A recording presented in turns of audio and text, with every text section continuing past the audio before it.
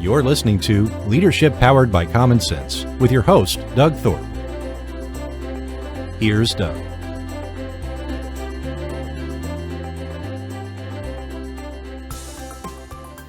Well, greetings, everyone. This is Doug Thorpe, and you're listening to another episode of Leadership Powered by Common Sense. We're the show where we help you as a business owner or business leader find better ways to have more influence and get more results. Today, I'm going to take maybe what might be a little bit of a detour, but it's an exploratory trip, a discovery trip that we're going to make. And my question to you, the listener, have you ever thought about writing a book? Have you ever thought about, putting something together and getting it out there as a story or a message? My guest today is going to help us understand the value and the power and maybe the process for getting that done. Her name is Nancy Erickson. Nancy, welcome to the show. Thanks so much, Doug. I've been looking forward to this. As have I. It's a pleasure to have you with us. And give us a little bit of your background. I always like to ask my guests to tell us a little bit about their journey to get to where they are and maybe what got them going down that path. Sure. Well, it's a checkered past. Actually, I started my career in high tech. I was a systems engineer for IBM, and then I worked for Oracle Corporation. And it's been almost 18 or so years ago, my dad was diagnosed with a terminal brain tumor. And so we knew that he would only live for about 7 months, which is about what it was. And so I quit everything. And I live in Missouri, and my parents were in Florida. And so I went down there to be with them and to help them through that time and to stay with my mom for a little bit after my dad passed away. So when I came home, it was kind of like, when do we ever have like a completely blank calendar? Like never, right? And I was like, oh my gosh, what am I going to do? And then I was like, I can do anything I want now. And so I had always loved writing. I had some things published when I was younger. And I thought, well, that's what I really want to do. And I was in a financial position that I had a little bit of relief because my kids were out of college, and you know what that's like. It's like you get a huge raise when they graduate. So I thought I ought to just brush up on my writing skills. So I ended up going back to school and got a master's of fine arts in writing. And then I think it's because I was an older student and kind of knew what I was doing. They asked me to join the faculty when I graduated to teach. And so I was teaching writing, and I also wanted to start a nonfiction publishing house. My really skills and desires and strengths were all in nonfiction. And so I don't know what made me think I could just start a publishing house, because as it turns out, there's a lot to it. But the first book that we published was written by a Holocaust survivor who had gone to school with Anne Frank. And we ended up doing that book release at their school in Amsterdam. And it was really cool because the only two things that were still there in modern day that were there in the 40s during the Nazi occupation was this school. And then across the street was the bookstore. So they had a beautiful ceremony at their school for the 170 students that the Nazis had murdered. And then we went across the street to do the book release. So that was it was an amazing experience. That's amazing. After that, yeah. Oh my gosh. It was amazing. And then the next book we published, we got back cover endorsements from Sir Paul McCartney and Cindy Crawford, the supermodel. And I was kind of like, wow, I'm just doing great. I know my way around here. And then all of a sudden, I realized that I had a big problem. And the problem is that our publishing house is focused on publishing material that will either save lives, change lives, or transform society. And we were getting a lot of books with that kind of a message, but they were so poorly written that we couldn't do anything with it. We couldn't edit our way out of these manuscripts. And yet I still carried that with me. I thought, just because someone can't write, does that mean they shouldn't be an author? And in normal cases, the answer would be yes. If you can't write, you can't be an author. But I took a step back for a year, and I wrote a step-by-step process, Doug, that takes the person all the way just from their idea, all the way through planning out their book, writing the drafts, editing it, and publishing it and distributing it worldwide, around the market so other people can find it. So it was kind of like, how did I get into it? It's always sideways, I love it. Yeah. I don't know if your audience can see the video, but this is one wall behind me. I've got many walls in my office. They're all metal prints of book covers that we've published. And so it is not just what I like to do. It's really my mission, because, there's a lot of problems in our world, and it's really hard to name even what the problems are, much less the solutions. But I really believe that the answers to all of our problems are trapped inside people like you and like your audience. And that if you simply tell what you know, what you've learned, what you've gleaned, what you've overcome, how you've been victorious, then you become the source of two things that I think people can't live without. And those two things are hope and help. And so that is what we're doing. We are helping people who aren't writers to become professionally published authors of high impact nonfiction books. Yeah.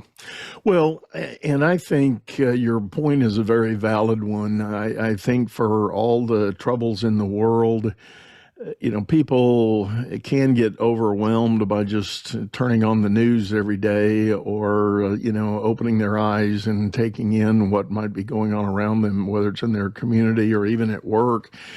And they do need that hope and that opportunity to have a more positive message. And a lot of times hearing somebody else's story can really be that change point. They can go, oh, wow, if they went through that, that's not near as bad as what I'm doing. So maybe I'm okay. Maybe I can get past this.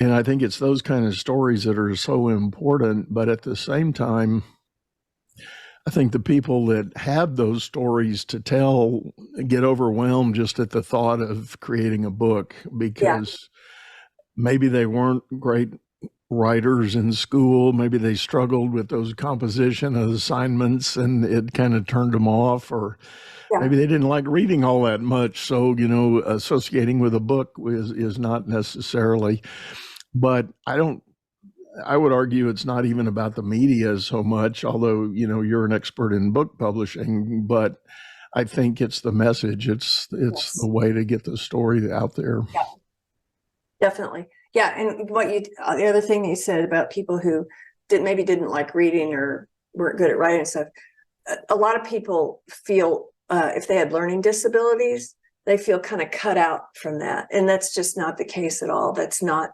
we have a way to help people through their story, but it's like we all go through things in life, and, it's kind of testing and resting all along the way. And I love the name of this podcast, Leadership Powered by Common Sense. Aren't we craving common sense? You guys, it's weird out there.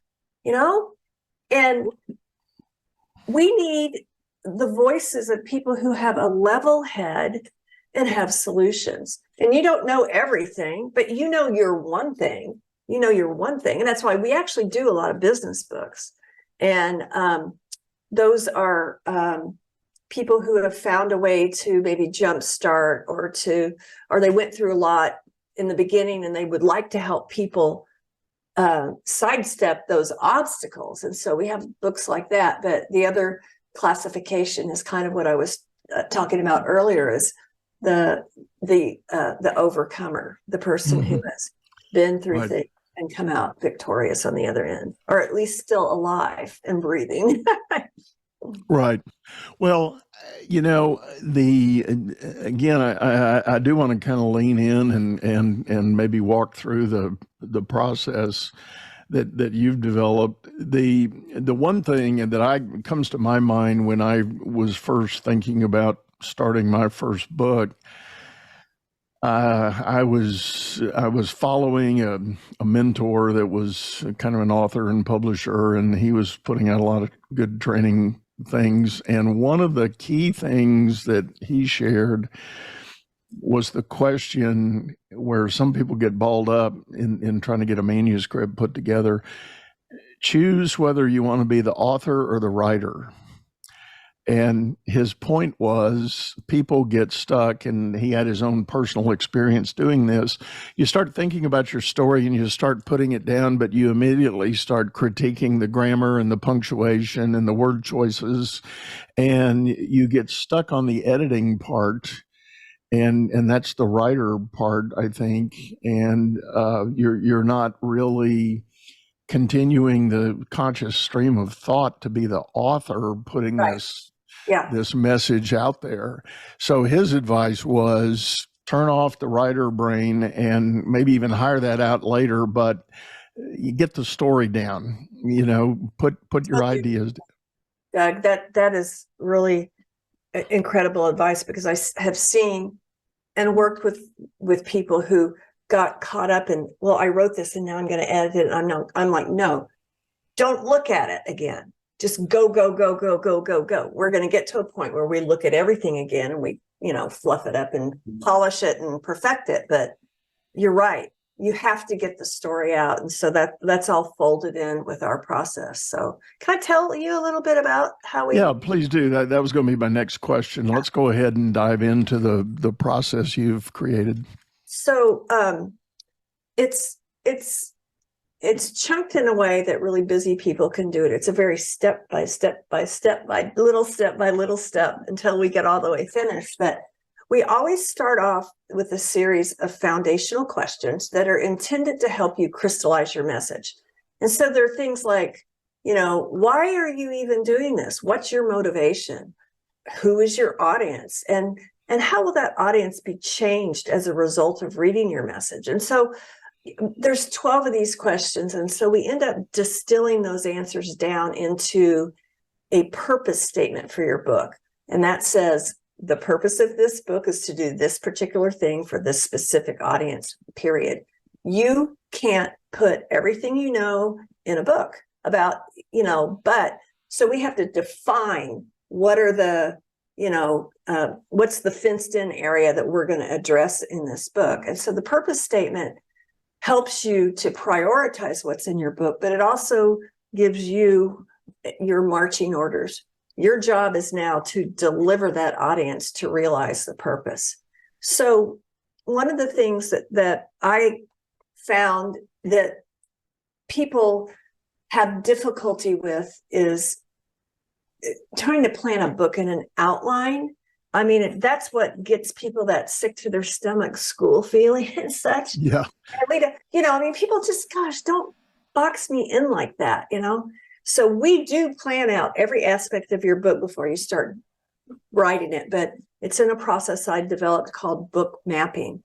And a book map is a visual representation of everything that's going to be in your book. Every story you're going to tell, every object lesson, every point you're going to make is all on these maps.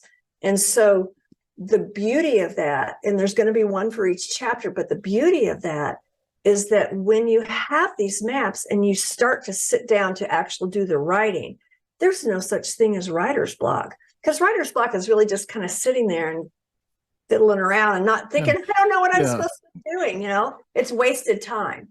So this process that we take you through that precedes the writing is really a shortcut. So when we start off, there's actually two different types of these book maps, and they are so cleverly titled Book Map 1 and Book Map 2. But the first one is actually like your personal story. It usually ends up serving as the introduction to your book, because you need to tell people how you got to be where you are, because you weren't always in this position. So we have a little formula to help you tell your story. But then the bulk of the work is in Book Map 2, which is where we map out all your chapters. And so instead of doing it in the outline, like I said, what we do is we start in little steps. We construct your chapters in problem solution sets. And the first thing you do is name the problems, depending on what kind of book you had, name the problems that your audience is having or is likely to have, or the problems that you had, using yourself as an example. And then through a very story-driven methodology, you present your solutions. And so this has worked so well for our writers, because they may know what they want to say, but when you start trying to get it out, if you don't have a structure, you're going to get really tangled up. And the beauty of the book map is that it helps you stay on target when you're writing your book, but it's a logical flow that your readers can follow as well when they're reading. So at the end of the whole mapping process, you're going to have one of these visual maps for every chapter in your book. And you, like I said earlier, you will have put everything in there that you're going to write. Very interesting. And as you were describing that, I'm kind of thinking of my own method, which I've discovered is something a few other coaches and leadership development kind of people have done for the books that they've written.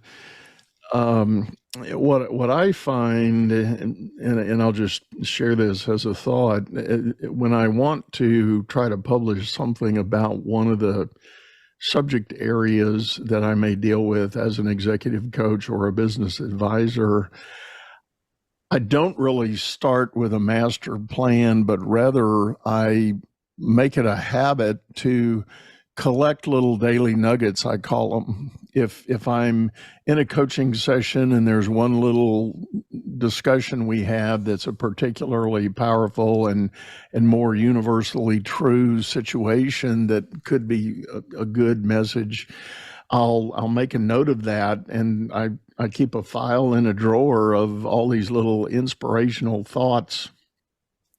And then periodically I'll pull that file out and I'll go through it. And if I'm feeling particularly creative and I've got, time on my calendar, I sit down and just start crafting a couple of thoughts, and pretty soon a paragraph turns into a chapter, and then a chapter potentially turns into a book. And it's another approach, I think, that helps avoid what you said, that writer block idea.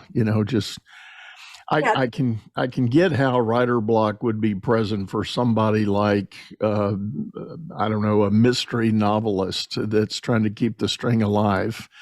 I think about some of the famous serial novelists that have, like, oh gosh, yeah, how they crank those things out. I can only imagine the brain cramps they have. They also have staff that do a lot of their writing. So. Oh yeah. And but that's a whole different ball game. From the person that has not yet delved into that realm and made their first attempt at it. Well, Doug, there's a lot of ways that you can approach writing a book, and they're valid if they end up in a book. If they end up with you having written a book, it's valid.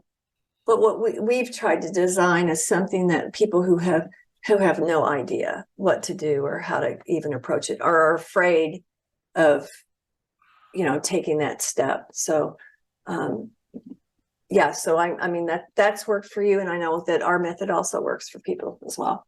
Yeah. Well, let me ask this. This is a, hot topic, popular discussion, and even debate among academics. Where does AI fit into all of this? Say that. AI, love it or hate it, fear it or embrace it.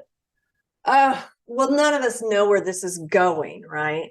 But I will tell you a couple things about AI. I'll tell you how not to use it and how you can use it when you're writing your book. You do not use AI to write your book. Number one, it's it's not yours if you didn't write it. You can't publish and copyright it, for one thing. But it also doesn't have you in it. I mean, it's just, that's totally cheating. I used to teach at the university. I don't do that anymore because I'm busy with authors and stuff, but I don't know how they're handling that in the academic. Oh, I know. At all. I can only imagine. I have no idea. Let me tell you how I'm advising our clients to use it now, because remember, none of them are professional writers, and I love writing tools. I love them, and I try to introduce anything I can to our authors to help it go faster. So AI in particular, I'm going to use one client as an example. He isn't a writer at all. In fact, he has the worst grammar of any person I know, and he knows it. I'm helping him with his third book now, so we're just really good friends now. So he's not good at sitting down and writing stuff. So I tell him, I say, take your phone, go to the notes, hit the microphone, and tell your story. Now, take your story, that's your writing, pop it into AI, ask it to edit it and make it a book chapter and see what comes out. And then I say, and then like at the bottom, and I'm talking about Chat GPT, I think it can say try again or something like that. I said, refine, yeah. Do it 3 times, then take those 3 and put them together how you feel most comfortable. And that's using AI as an editor, not an originator. Because number one, you can't write your book using AI because AI doesn't know your stories. I mean, you have to get it in there. So I see that as a really valid way of using AI. And like I said, there's none of us know where this is going. It's interesting. But I was also afraid of cloning when Dolly the sheep got cloned, and I haven't seen any more of that either. So, Well, let me interject, if I may, on that subject, because listeners may not have heard my other episode. I had a guest who was a world-renowned expert in AI. Oh, wow. And I asked him the question. I did the way we started that show. It was I said, "What the hell is AI?" And common sense kind of thinking, right? And he gave me what I thought was the best and most amazing answer I've heard anybody articulate. He said, "You have to understand something."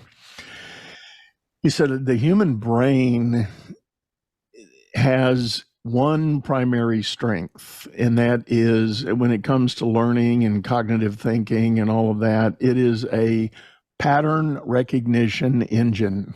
Yep. And we train it to learn patterns, and even the way we recognize words when we're reading, it's about the pattern, the rise and fall of the letters, and we don't learn that in school per se, but that's how our brain translates it. That's why you can see some of these memes on social media where they've replaced certain letters with numbers and other things, but you can still read it, and it's perfectly legible because your brain pattern recognition is counting that 3 as an E and moving on, and it doesn't get hung up on that. So anyway, he said what AI does, it does pattern recognition in multiples of millions compared to what your brain does. So to your point, as you feed AI a thought, it will take that thought, and through its process of pattern recognition, it will add to that thought, many, many more thoughts that your brain hasn't yet processed. And the reality is you might get there in your brain if you think long enough on the subject or on the topic, you might get there. But the power of AI is accelerating that process. And what I've found with AI is, just as you've described, if I have a thought, if I put that in as a short paragraph into AI and I let it give me some expanded thinking about the idea, all of a sudden I'm finding myself going, well, sure, I believe that too. And now I can go take that part of the message, tweak it for my own voice, yeah, put my own additional thoughts about the added thought, and all of a sudden it starts expanding. Yeah, it's a tool, right? It's a tool, right? And we can make use of it. I mean, in this form, and I think it's a great way to accelerate your writing or edit what you're putting together. Right, right, and it really can accelerate that idea if you're again feeling like you have an idea for a book, but you're feeling really stuck on where to go next and what to do with it. I love your way of framing it to dictate that idea into your phone and just transcribe and feed that in and let it take off and see what you get. And the good news is, if what you get back you don't like, guess what? Hit the delete key. That's what it's for. Exactly. So, what is the timing of this process that you've got? If I were to roll in and say, Nancy, I want to write a book. What do we got to do? How long is our timeline to get through this? Okay, so it's going to take a year for you to write your book, and let me explain that. Like I said earlier, it's chunked in tiny little steps so that you can actually, so all of our clients are busy professionals. They've got jobs and families and many obligations. And so when you take on a large project that you actually want to be able to complete, you need to make sure it's bite-sized enough so that week after week after week, you can attend to it and get it done. But there's something else at work here that I almost all the time see, and it's this. While you're working on your book is working on you, and things start to come into your life and experience that either fill it out or need to be part of the book and all. And time takes time, and we're not you've seen things, I'm sure. Write your book in 30 days or in 90 days or whatever, and I don't know what they do. They're also, whoever they is, are redefining the word book. They'll throw a PDF up on their website that's 5 pages, and here's my ebook. That's not a book. We're talking about, obviously we do ebooks, but also the kind you can hold and read and that's professionally published. So it takes a year. And most of it's funny, one of my clients, when I told him, he goes like, a year? And I was like, yeah. And he goes, why does it take so long? I said, well, how long do you think it should take? And he goes, well, I don't know. I have never done it before. I was like, well, what we found out is this. And then he was so funny because he didn't finish his for 3 years. So anyway, like anything else, there's a little bit more to it than you maybe think there is when you get started, or that you want there to be, while you're doing it. And we're talking about creating and crafting a high quality message that you're going to be really proud of and that will stand the test of time. I think the other thing, let me say it this way. I think there's a couple of schools of thought. People like myself who are trying to be thought leaders in different areas, they often view books mostly as a very expensive calling card. So they want to have them available. It's a badge of credibility. And I think even in today's world, that's still true. To say that you've published 1, 2, or 3 books or whatever is just something. Maybe it's a mistake in the general public. I don't know, but nonetheless, it's there. And if you do happen to entertain the idea of going out and being a public speaker, having the proverbial books at the back of the room is a thing that a lot of people go for. But where I'm going is that's a whole block of thought that goes one way, and the other is the person that says, I want to put New York Times best-selling author on my resume. How do I get there? What do I do for that? And so let me ask you that question. What, for those that are thinking that, what's the real answer to that? Well, maybe have your pen name be John Grisham, Yeah. I don't know. I don't think that is a worthy aspiration, because when we talked earlier about how we define your audience, and we work with our authors on this, the beginning, what is success to you? And most of them want to be able to reach as many people in that audience as possible. And I guarantee you there's enough people there, but you're not going to quit your day job. Yeah. But not on your first book anyway. I did want to say one thing too about, there's another kind of, they're not just redefining terms of book, but a bestseller. You probably see a lot of things on there about, #1 international Amazon bestseller.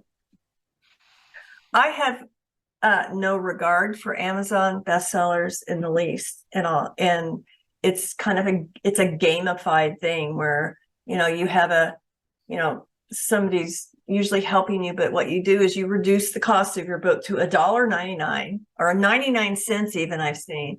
Have everybody in the world that you've ever known buy it on that day. And then if you watch Amazon, if even for 10 seconds it hits #1 in its category, then you're a #1 bestseller.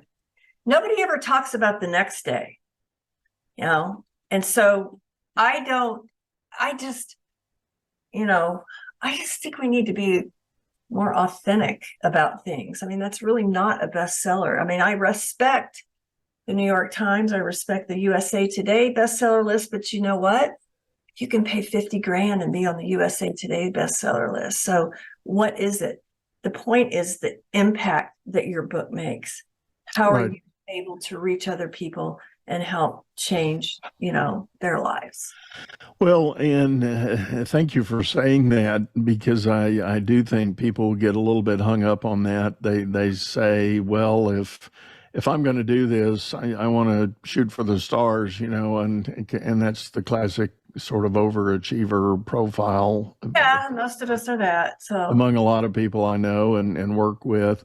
And what I'm saying is there's nothing wrong with that, but because of and I love your word gamification, the gamification of a lot of these systems, you can hit that mark, but you're not necessarily going to stay there. And like you said, but what I want to highlight is the idea, and it ties to your opening remark. For people who have a message that can really help somebody else, I'm reminded of the classic starfish story, the little boy walking down the beach and throwing starfish back in the ocean, and there's thousands of these starfish stranded in the sand, and an old man walks up and says, little boy, what are you doing? He said, I'm saving the starfish. And he chunks another one in the ocean and picks up one, and the old man says, but you're never going to get all of these done. And he said, no, but I got this one. And he, it's the one that he was able to impact and influence. And I think that's something we as leaders in the business world or in life in general who are trying to lead and have a story, that's the way we need to be thinking about it. Who's the one you're going to touch? Right. And it'll probably be more than one. But right. We have to, there's a lot of stuff is fake now, I mean, like of the fake bestsellers and stuff. And I think that we've gotten into this like social proof things where, you have to tell everybody all these great things you're doing and stuff. And, if you write a book and you're reaching people who are in your target audience and you are offering them hope and help, that's the goal. That's the success.